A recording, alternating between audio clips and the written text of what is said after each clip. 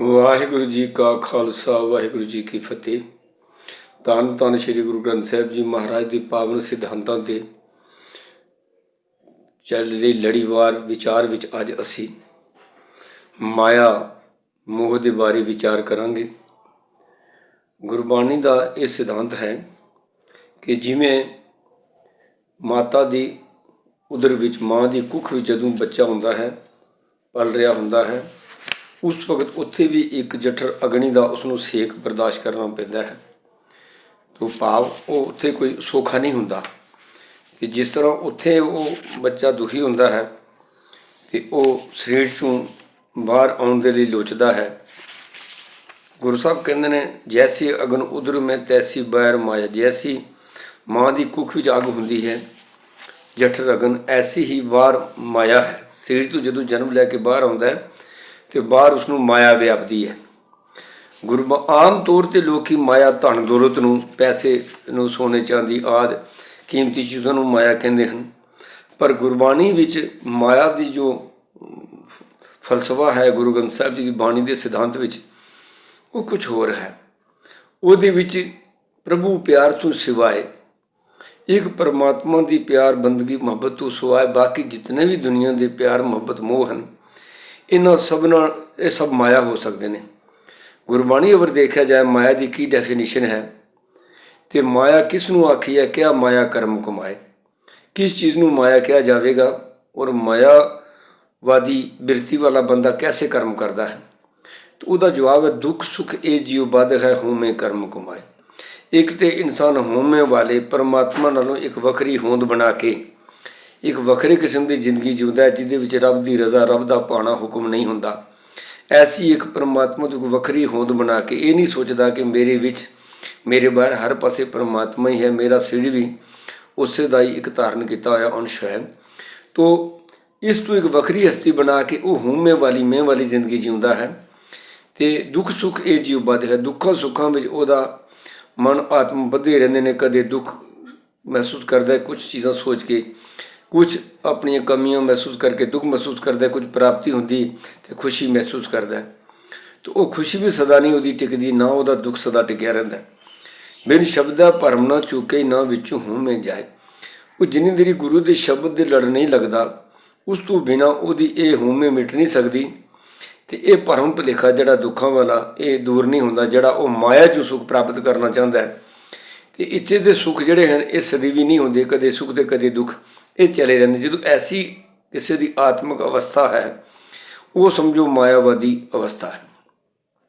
ਤਾਂ ਐਸੀ ਅਵਸਥਾ ਵਾਸਤੇ ਗੁਰੂ ਸਾਹਿਬ ਕਹਿੰਦੇ ਨੇ, ਬਾਬਾ ਮਾਇਆ ਸਾਥਨੋ ਇਹਨ ਮਾਇਆ ਜਗ ਮੋਹਿਆ ਫਿਰ ਲਾਭੂ ਜੈ ਕੋਏ। ਮਾਇਆ ਸਾਥਨੋ ਇੱਥੇ ਮਤਲਬ ਇਹ ਕਿ ਖਾਲੀ ਧਨ ਦੌਲਤ ਸਾਥ ਨਹੀਂ, ਬਾਕੀ ਰਿਸ਼ਤੇ ਨਾਤੇ ਦੁਨਿਆਵੀ ਕੋਈ ਵੀ ਲਗਾਓ ਜਿਹੜਾ ਹੈ, ਅਟੈਚਮੈਂਟ ਜਿਹੜੀ ਹੈ, ਇਹ ਕੁਝ ਵੀ ਤੋੜ ਨਹੀਂ ਨਿਭਦਾ, ਇਹ ਨਾਲ ਨਹੀਂ ਜਾਂਦਾ। ਸਰੀਰ ਤਿਆਗਣ ਤੋਂ ਉੱਪਰ ਇਹਦਾ ਕੋਈ ਲਾਭ ਨਹੀਂ ਹੁੰਦਾ। ਇਸ ਲਈ ਭਾਈ ਇਸ ਮਾਇਆ ਪਿੱਛੇ ਆਪਣਾ ਜੀਵਨ ਖੁਆਰ ਕਰਨਾ ਇਹ ਜੀਵਨ ਦਾ ਲਕਸ਼ ਨਹੀਂ ਹੈ, ਇਨਸਾਨੀ ਜੀਵਨ ਦਾ ਐਮ ਨਹੀਂ ਹੈ। ਬਾਬਾ ਮਾਇਆ ਸਾਥ ਨਾ ਹੋਏ, ਇਨ ਮਾਇਆ ਜਗ ਮੋਹਿਆ। ਫਿਰ ਵੀ ਇਹ ਸਾਰਾ ਜਗ, ਸਾਰਾ ਸੰਸਾਰ ਇਸ ਮਾਇਆ ਨੇ ਮੋਹਿਆ ਹੋਇਆ। ਇਨਸਾਨ ਤੋਂ ਇਲਾਵਾ ਹੋਰ ਜੀਵ ਜੰਤ ਜਾਨਵਰ ਪੰਛੀਆਂ ਵਿੱਚ ਵੀ ਮਾਇਆ ਦਾ ਪ੍ਰਭਾਵ ਹੈ। ਉਹ ਵੀ ਮਾਇਆ ਹੇਠ ਆਏ ਹੋਏ ਦੁਖੀ ਸੁਖੀ ਹੁੰਦੇ ਨੇ। ਤੋ ਇਹ ਮਾਇਆ, ਇਨ ਮਾਇਆ ਜਗ ਮੋਹਿਆ, ਸਾਰਾ ਸੰਸਾਰ ਇਸਨੇ ਆਪਣੇ ਮੋਹ ਵਿੱਚ ਜਕੜ ਕੇ ਰੱਖਿਆ ਹੋਇਆ ਹੈ। ਵਿਰਲਾ ਬੂਝੈ ਕੋਏ, ਕੋਈ ਵਿਰਲਾ ਬੰਦਾ ਇਹ ਗੱਲ ਸਮਝਦਾ ਹੈ ਕਿ ਮੈਂ ਤਾਂ ਮਾਇਆ ਵਿੱਚ ਘੇਰੇ ਵਿੱਚ ਆਇਆ ਹੋਇਆ ਹਾਂ, ਮੇਰੀ ਤਾਂ ਸੁਰਤੀ ਬਿਰਤੀ ਮਾਇਆਵਾਦੀ ਬਣ ਗਈ ਹੈ, ਇਸ ਕਾਰਨ ਮੈਂ ਦੁਖੀ ਹਾਂ। ਉਹਨੂੰ ਇਹ ਸਮਝ ਨਹੀਂ ਆਉਂਦੀ ਕਿ ਮੈਂ ਦੁਖੀ ਇਸ ਗੱਲੋਂ ਨਹੀਂ ਹਾਂ ਕਿ ਕਿਸੇ ਚੀਜ਼ ਦੀ ਕਮੀ ਹੈ।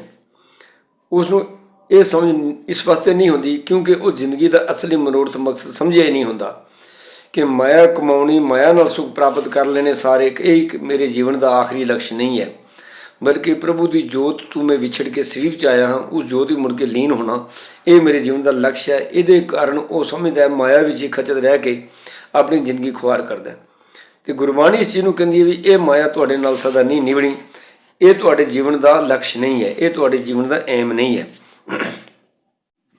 ਤੋ ਗੁਰੂ ਅਮਰਦਾਸ ਪਾਤਸ਼ਾਹ ਵੀ ਕਹਿੰਦੇ ਨੇ, ਮਾਇਆ ਦੀ ਡੈਫੀਨੇਸ਼ਨ ਦੱਸਦੇ ਨੇ ਕਿ ਇਹ ਮਾਇਆ ਜਿਤ ਹਰ ਵਿਸਰੈ, ਜਿਤ ਹਰ ਵਿਸਰੈ, ਯਾਨੀ ਜਿਹਦੇ ਮੋਹ ਵਿੱਚ, ਜਿਹਦੀ ਅਟੈਚਮੈਂਟ ਵਿੱਚ ਸਾਨੂੰ ਪਰਮਾਤਮਾ ਭੁੱਲ ਜਾਵੇ, ਉਹ ਸਭ ਮਾਇਆ। ਹੁਣ ਉਹ ਚਾਹੇ ਤੁਸੀਂ ਆਪਣੇ ਪਰਿਵਾਰ ਰਿਸ਼ਤੇ ਨਾਤੇ ਦੀ ਕਿਸੇ ਮੁਹੱਬਤ 'ਚ ਉਲਝੇ ਹੋਏ, ਪ੍ਰਮਾਤਮਾ ਨੂੰ ਭੁੱਲੇ ਹੋਏ ਹੋ, ਰੱਬੀ ਹੁਕਮ ਤੋਂ ਬਾਗੀ ਹੋਏ ਪਏ ਹੋ, ਉਹ ਚਾਹੇ ਦੁਨਿਆਵੀ ਇਨਸਾਨ ਦਾ ਇਨਸਾਨ ਨਾਲ ਪਿਆਰ ਹੈ, ਧਨ ਦੌਲਤ ਨਾਲ ਹੈ, ਕਾਰੋਬਾਰ ਨਾਲ ਹੈ, ਉੱਚੇ ਸਟੇਟਸ ਨਾਲ ਹੈ, ਲੀਡਰੀਆਂ ਕਮਾਉਣ ਦਾ ਚਾਅ ਚੜਿਆ ਹੋਇਆ ਹੈ, ਇਸ ਕਿਸਮ ਦੇ ਕਿਸੇ ਵੀ ਦੁਨਿਆਵੀ ਮੋਹ ਚਾਅ ਵਿੱਚ ਜਿਹੜਾ ਬੰਦਾ ਗਲਤਾਨ ਹੈ ਤੇ ਪ੍ਰਮਾਤਮਾ ਭੁੱਲਿਆ ਹੋਇਆ ਹੈ, ਉਹ ਸਮਝੋ ਉਸ ਦੀ ਮਾਇਆ ਧਾਰੀ ਬਿਰਤੀ ਹੈ, ਮਾਇਆਵਾਦੀ ਬਿਰਤੀ ਹੈ। ਇਹ ਮਾਇਆ ਜਿਤ ਹਰ ਵਿਸਰੈ, ਜਿਹਦੇ ਪ੍ਰਮਾਤਮਾ ਭੁੱਲ ਜਾਵੇ। ਮੋਹ ਦੂਜਾ ਵਿਸਰੈ, ਮੋਹ ਉਪਜਿਆ ਭਾਵ ਦੂਜਾ ਲਾਇਆ। ਮੋਹ ਪੈਦਾ ਹੋ ਜਾਏ ਕਿਸੇ ਹੋਰ ਵਸਤੂ ਨਾਲ ਪ੍ਰਮਾਤਮਾ ਨੂੰ ਛੱਡ ਕੇ, ਤੇ ਇਹ ਦੂਜਾ ਭਾਵ ਲੱਗ ਜਾਏ, ਯਾਨੀ ਦੂਜੇ ਕਿਸਮ ਦਾ ਪਿਆਰ ਪ੍ਰਮਾਤਮਾ ਦੇ ਪਿਆਰ ਤੋਂ ਇਲਾਵਾ। ਕਹਿ ਨਾਨਕ ਗੁਰ ਪ੍ਰਸਾਦੀ ਜਿਨ੍ਹਾਂ ਨਿਵ ਲਾਗੀ ਤਿੰਨੇ ਵਿੱਚੇ ਮਾਇਆ ਪਾਇਆ। ਹੁਣ ਐਸਾ ਨਹੀਂ ਹੈ ਕਿ ਇੱਥੇ ਮਾਇਆ ਦਾ ਤਿਆਗ ਕਰਕੇ ਕਿਤੇ ਹੋਰ ਜੰਗਲਾਂ ਵੇਲੇ ਚਲੇ ਜਾਣਾ, ਨਹੀਂ। ਕਹਿ ਨਾਨਕ ਗੁਰੂ ਪ੍ਰਸਾਦੀ ਜਿਨ੍ਹਾਂ ਲਿਵ ਲਾਗੀ, ਜਿਹੜੇ ਗੁਰੂ ਦੀ ਕਿਰਪਾ ਨਾਲ ਗੁਰੂ ਦੇ ਹੁਕਮ ਅਨੁਸਾਰ ਤੁਰ ਕੇ ਇਹ ਗੁਰੂ ਦਾ ਪ੍ਰਸਾਦ ਬਖਸ਼ਿਸ਼, ਇਹ ਗ੍ਰੇਸ ਪ੍ਰਾਪਤ ਕਰਕੇ ਜਿਨ੍ਹਾਂ ਦੀ ਰੱਬ ਨਾਲ ਲਿਵ ਲੱਗ ਜਾਂਦੀ ਹੈ, ਤਿੰਨੀ ਵਿੱਚੇ ਮਾਇਆ ਪਾਇਆ। ਉਹ ਮਾਇਆ ਵਿੱਚ ਰਹਿੰਦੇ ਬਾਲ ਬੱਚੇ, ਧੀਆਂ ਪੁੱਤਰ, ਰਿਸ਼ਤੇ ਨਾਤੇ, ਕਾਰੋਬਾਰ, ਧੰਦਿਆਂ ਵਿੱਚ ਲੱਗੇ ਹੋਏ ਵੀ ਮਾਇਆ ਤੋਂ ਉਪਰਮ ਰਹਿ ਸਕਦੇ ਨੇ। ਵਿੱਚੇ ਮਾਇਆ ਪਾਇਆ, ਉਹਨੇ ਮਾਇਆ ਵਿੱਚ ਰਹਿੰਦਿਆਂ ਹੀ ਆਪਣੇ ਜੀਵਨ ਦੇ ਲਕਸ਼ ਨੂੰ, ਪ੍ਰਮਾਤਮਾ ਨੂੰ ਪ੍ਰਾਪਤ ਕਰ ਲਿਆ ਹੁੰਦਾ ਹੈ। ਤੇ ਅਗਰ ਅਸੀਂ ਕੇਵਲ ਦੁਨਿਆਵੀ ਧੰਦਿਆਂ ਵਿੱਚ ਹੀ ਖਚਤ ਹਾਂ, ਮੋਹ ਮਾਇਆ ਵਿੱਚ ਹੀ ਖਚਤ ਹਾਂ, ਤਾਂ ਪ੍ਰਮਾਤਮਾ ਦੀ ਯਾਦ ਨਹੀਂ ਆਉਂਦੀ, ਆਪਣੇ ਜੀਵਨ ਦਾ ਲਕਸ਼ ਭੁੱਲ ਚੁੱਕੇ ਹਾਂ, ਫਿਰ ਸਮਝੋ ਸਾਡੀ ਜਿਹੜੀ ਸੋਚ ਹੈ ਮਾਇਆਵਾਦੀ ਹੈ। ਐਸੀ ਸੋਚ ਨੂੰ ਗੁਰਮਤ ਨਿਕਾਰਦੀ ਹੈ, ਕਿਉਂਕਿ ਗੁਰੂ ਗ੍ਰੰਥ ਸਾਹਿਬ ਜੀ ਐਸੀ ਸੋਚ ਨੂੰ ਇਸ ਲਈ ਨਿਕਾਰਦੇ ਹਨ ਕਿ ਇੱਕ ਐਸੀ ਸੋਚ ਵਾਲਾ ਬੰਦਾ ਲੋਭੀ ਲਾਲਚੀ ਹੋ ਸਕਦਾ ਹੈ। ਅਗਰ ਉਹਨੂੰ ਪੈਸੇ ਦੀ ਮਾਇਆ ਵਿਆਪੀ ਹੋਈ ਹੈ ਤਾਂ ਯੋਗ ਅਯੋਗ ਤਰੀਕੇ ਵਰਤ ਕੇ ਮਾਇਆ ਕਮਾਏਗਾ, ਲੋਕਾਂ ਦੇ ਹੱਕ ਮਾਰੇਗਾ। ਜੇ ਉਹ ਕੋਈ ਲੀਡਰ ਟਾਈਪ ਹੈ, ਆਪਣੀ ਲੀਡਰੀ, ਆਪਣੀ ਕੁਰਸੀ ਲਈ ਕੁਛ ਵੀ ਕਤਰੋ ਗਾਰਤ ਕਰਾਉਣ ਲਈ ਵੀ ਤਿਆਰ ਹੋ ਜਾਏਗਾ। ਜੇ ਉਹ ਕਿਸੇ ਮੁਲਕ ਦਾ ਬਾਦਸ਼ਾਹ ਹੈ ਤਾਂ ਆਪਣੀ ਬਾਦਸ਼ਾਹ ਨੂੰ ਵਧਾਉਣ ਵਾਸਤੇ ਦੂਜੇ ਕਮਜ਼ੋਰ ਮੁਲਕਾਂ ਦੇ ਉੱਤੇ ਹਮਲੇ ਕਰਕੇ ਲੜਾਈਆਂ ਝਗੜੇ ਕਰਨਾ ਸ਼ੁਰੂ ਕਰ ਦੇਵੇਗਾ। ਕਾਰੋਬਾਰੀ ਹੈ ਉੱਥੇ ਲੁੱਟ ਖਸੁੱਟ ਕਰੇਗਾ, ਮੁਲਾਜ਼ਮ ਹੈ ਤਾਂ ਉੱਥੇ ਰਿਸ਼ਵਤਖੋਰੀ ਕਰੇਗਾ। ਇਹ ਜਿਹੜੀ ਮਾਇਆਵਿਰਤੀ ਵਾਲੀ ਸੋਚ ਹੈ, ਸੰਸਾਰ ਵਿੱਚ ਜਿਤਨੀ ਉਥਲ ਪੁਥਲ ਮਚਾਈ ਹੋਈ ਹੈ, ਇਸੇ ਸੋਚ ਨੇ ਪਾਈ ਹੋਈ ਹੈ। ਇੱਕ ਖਾਸ ਪਰਿਵਾਰ ਨਾਲ ਜਿਹਨਾਂ ਨੂੰ ਆਪਣਾ ਸਮਝਦਾ, ਧੀਆਂ ਪੁੱਤਰ, ਮਾਤਾ ਪਿਤਾ, ਬੀਵੀ ਪਤੀ ਪਤਨੀ, ਇਹਨਾਂ ਵਾਸਤੇ ਬਾਕੀ ਦੁਨੀਆ ਨੂੰ ਲੁੱਟਦਾ ਫਿਰਦਾ। ਇਹ ਸਮਝਦਾ ਨਹੀਂ ਕਿ ਬਾਕੀਆਂ ਵਿੱਚ ਵੀ ਉਸੇ ਰੱਬ ਦੀ ਜੋਤ ਹੈ, ਉਹ ਵੀ ਮੇਰੇ ਸਾਰੇ ਰਿਸ਼ਤੇਦਾਰ ਹੀ ਹਨ, ਕਿਉਂਕਿ ਸਭ ਮੇਂ ਜੋਤ ਜੋਤ ਹੈ ਸੋਏ। ਜੇ ਧੀਆਂ ਪੁੱਤਰਾਂ ਭੈਣਾਂ ਭਰਾਵਾਂ ਆਪਸੀ ਇੱਕ ਬਾਪ ਦੇ ਖੂਨ ਹੋਣ ਦੇ ਕਾਰਨ ਅਸੀਂ ਰਿਸ਼ਤਾ ਸਮਝਦੇ ਹਾਂ, ਤੇ ਏਕ ਜੋਤ ਦੋਏ ਮੂਰਤੀ, ਉਸ ਹਿਸਾਬ ਨਾਲ ਤੇ ਇੱਕੋ ਜੋਤ ਹੈ ਸਾਰੇ ਵਿੱਚ, ਵੱਖ ਵੱਖ ਮੂਰਤਾਂ ਨੇ, ਉਸ ਹਿਸਾਬ ਵਿੱਚ ਬੇਗਾਨਾ ਕੌਣ ਹੋਇਆ? ਨਾ ਕੋਈ ਬੈਰੀ ਨਹੀਂ ਬੇਗਾਨਾ, ਸਗਲ ਸੰਗ ਹਮਕੋ ਬਣਿਆਈ। ਗੁਰਮਤਿ ਦਾ ਤਾਂ ਇਹ ਸਿਧਾਂਤ ਹੈ। ਤਾਂ ਮਾਇਆਵਾਦੀ ਸੋਚ ਵਾਲਾ ਬੰਦਾ, ਇਹ ਇਕਸਾਰਤਾ ਉਹਦੇ 'ਚ ਨਹੀਂ ਆ ਸਕਦੀ। ਸਮਾਨਤਾ ਸਾਰੇ ਸੰਸਾਰ ਵਾਸਤੇ ਇੱਕੋ ਜਿਹਾ ਸਲੂਕ, ਇੱਕੋ ਜਿਹਾ ਪਿਆਰ ਮੁਹੱਬਤ ਹਮਦਰਦੀ, ਇਹ ਮਾਇਆਵਾਦੀ ਸੋਚ ਵਾਲੇ ਬੰਦੇ 'ਚ ਨਹੀਂ ਆ ਸਕਦੀ। ਮਾਇਆਵਾਦੀ ਸੋਚ ਤੋਂ ਇਨਸਾਨ ਉੱਪਰ ਉੱਠੇਗਾ ਤੇ ਸਰਵ ਵਿਆਪਕ ਪ੍ਰਮਾਤਮਾ ਦੀ ਜੋਤ ਨੂੰ ਸਭ ਵਿੱਚ ਮਹਿਸੂਸ ਕਰਕੇ ਸਭ ਕੋ ਆਪਣਾ ਜਦੋਂ ਸਮਝੇਗਾ ਤੇ ਫਿਰ ਹੀ ਉਸ ਸੰਸਾਰ ਦੇ ਵਿੱਚ ਇਨਸਾਫ ਕਰ ਸਕਦਾ ਹੈ, ਹਰ ਇੱਕ ਨਾਲ ਯਕਸਾਂ ਸਲੂਕ ਕਰ ਸਕਦਾ ਹੈ। ਇਸ ਬਿਰਤੀ ਤੋਂ ਉੱਪਰ ਉੱਠਣਾ ਇਹ ਗੁਰਮਤਿ ਦਾ ਬਹੁਤ ਵੱਡਾ ਮੌਲਿਕ ਸਿਧਾਂਤ ਹੈ। ਇਸ ਸਿਧਾਂਤ 'ਤੇ ਅੱਜ ਅਗਰ ਸੰਸਾਰ ਚੱਲ ਪਵੇ ਤੇ ਸੰਸਾਰ ਦੀ ਮੈਂ ਦੇ ਸਮੇਂ ਦਾ 80 ਤੋਂ ਵੱਧ % ਜਿਹੜੀਆਂ ਪ੍ਰੋਬਲਮਸ ਨੇ, ਅੱਜ ਦੇ ਜਿਹੜੇ ਮੁਸ਼ਕਿਲਾਤ ਨੇ ਦੁਨੀਆ ਦੇ ਵਿੱਚ, ਜਾਂ ਜੋ ਵੀ ਉਥਲ ਪੁਥਲ ਮਚੀ ਹੋਈ ਹੈ, ਇਹ ਸਾਰੀ ਦੂਰ ਹੋ ਸਕਦੀ ਹੈ। ਇਸ ਲਈ ਗੁਰੂ ਜੀ ਸਖਤ ਮਨਾ ਕਰਦੇ ਨੇ, ਬਿਕੈ ਬਾਚ ਹਰ ਰਾਤ ਸਮਝ ਮਨ ਬਉਰ ਆਰੇ। ਇਹ ਭੋਲੇ ਮਨ, ਮਾਇਆਵਾਦੀ ਸੋਚ ਵਾਲੇ ਮਨ, ਇਸ ਕੋਲੋਂ ਬਚ, ਇਹ ਜ਼ਹਿਰ ਹੈ। ਨਿਰਭੈ ਹੋਏ ਨਾ ਹਰ ਭਜੇ ਮਨ ਬੋਰ ਆਰੇ, ਗਏ ਨਾ ਰਾਮ ਜਹਾਜ਼। ਤੂੰ ਨਿਰਭੈ ਹੋ ਕੇ, ਬੇਫਿਕਰ ਹੋ ਕੇ ਕਿ ਪ੍ਰਮਾਤਮਾ ਤੇਰੀਆਂ ਸਾਰੀਆਂ ਜ਼ਰੂਰਤਾਂ ਪੂਰਨ ਕਰਨ ਵਾਲਾ ਹੈ, ਸੱਚੇ ਮਾਰਗ ਦੇ ਚੱਲ, ਛੱਡ ਦੇ ਝੂਠਾ ਮਾਰਗ। ਇਹ ਦੁਨਿਆਵੀ ਮੋਹ ਮਾਇਆ ਵਿੱਚ ਉਲਝ ਕੇ ਬੇਇਨਸਾਫੀਆਂ ਕਰਨਾ ਇਹ ਧਰਮ ਨਹੀਂ। ਸੱਚਾ ਪਿਆਰ, ਸੱਚਾ ਮੋਹ ਇੱਕ ਪਰਮਾਤਮਾ ਨਾਲ ਹੋਣਾ ਚਾਹੀਦਾ ਹੈ। ਜਿਸ ਦਾ ਇੱਕ ਪਰਮਾਤਮਾ ਨਾਲ ਪਿਆਰ ਨਹੀਂ, ਬਾਕੀ ਦੁਨੀਆ ਦੇ ਮੋਹ ਵਿੱਚ ਉਹ ਫਸਿਆ ਹੋਇਆ ਗਲਤ ਕੰਮ ਕਰ ਰਿਹਾ ਹੈ, ਉਹ ਸਦਾ ਦੁਖੀ ਰਹਿੰਦਾ ਹੈ। ਗੁਰਬਾਣੀ ਵਿੱਚ ਬੜੀ ਪਿਆਰੀ ਪੰਕਤੀ ਗੁਰੂ ਗ੍ਰੰਥ ਸਾਹਿਬ ਜੀ ਉਪਦੇਸ਼ ਬਖਸ਼ ਰਹੇ ਨੇ ਕਿ ਬਿਨ ਗੋਬਿੰਦ ਅਵਰ ਸੰਗ ਨੇਹਾ, ਉਹ ਜਾਨੋ ਸਦਾ ਦੁਹੇਲਾ। ਗੋਬਿੰਦ ਤੋਂ ਬਿਨਾ, ਭਾਵ ਇਸ ਸ੍ਰਿਸ਼ਟੀ ਦਾ ਜੋ ਆਸਰਾ ਪਰਮਾਤਮਾ ਹੈ, ਉਸ ਤੋਂ ਬਿਨਾ ਅਵਰ ਸੰਗ ਨੇਹਾ, ਕਿਸੇ ਹੋਰ ਨਾਲ ਤੁਸੀਂ ਮੋਹ ਪਾ ਕੇ ਬੈਠੇ ਹੋ, ਉਹਦੇ ਕਾਰਨ ਉਲਟ ਪੁਲਟ ਕੰਮ ਕਰੀ ਜਾ ਰਹੇ ਹੋ, ਉਹ ਜਾਨੋ ਸਦਾ ਦੁਖੇਲਾ। ਐਸਾ ਬੰਦਾ, ਉਹ ਬੰਦਾ ਸਦਾ ਦੁਖੀ ਰਹੇਗਾ, ਪਰੇਸ਼ਾਨ ਹੀ ਰਹੇਗਾ, ਆਪ ਵੀ ਪਰੇਸ਼ਾਨ ਰਹੇਗਾ, ਤੇ ਉਸ ਦੀ ਇਹ ਮਨੋਵਿਰਤੀ ਜਿਹੜੀ ਹੈ ਸਾਰੇ ਸੰਸਾਰ ਨੂੰ ਪਰੇਸ਼ਾਨ ਕਰਕੇ ਰੱਖੇਗੀ। ये जिहड़ी मोह माया है इसने इंसान को इस तरह जकड़ के रखा है, इस तरह जकड़ के रखा है कि मानो बंदा अपने दुआले आप ही ये मोह माया की वृत्ति वाला जाल बना लेंदा है।